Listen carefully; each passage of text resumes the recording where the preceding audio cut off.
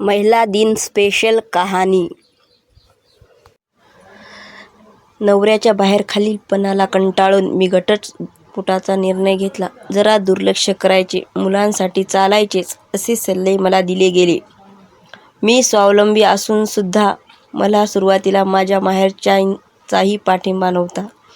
त्याला कोणतीच जबाबदारी नको होती. त्यामुळे मुलांचा ताबा अर्थातच माझ्याकडेच आला.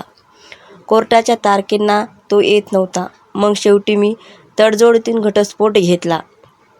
मी सरकारी नोकरीत म्हणून त्यांनी मला फुटकी कवडीही दिली नाही. आता मी मुलाचे शिक्षण, माझी नोकरी सगळं करते.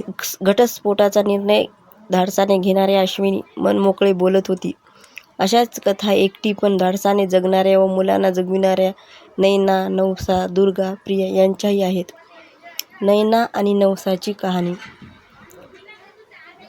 नवरा जाऊन 10 वर्षे झाली. घरादाराचे काम करून सकाळी 8-9 पर्यंत कल्याणच्या डॅम्पिंग ग्राउंडवर जायचे. दिवसभर कचऱ्यातून भंगार प्लॅस्टिक गोळा करायचे आणि ते विकायचे. त्यातूनच कधी 200 तर कधी 400ही मिळतात. घरचा माणूस गेला म्हणून पोरांचे, घरच्यांचे पोट भरण्यासाठी राबावे लागतेच, तेव्हा कुठे 4 घास पोटात जातात.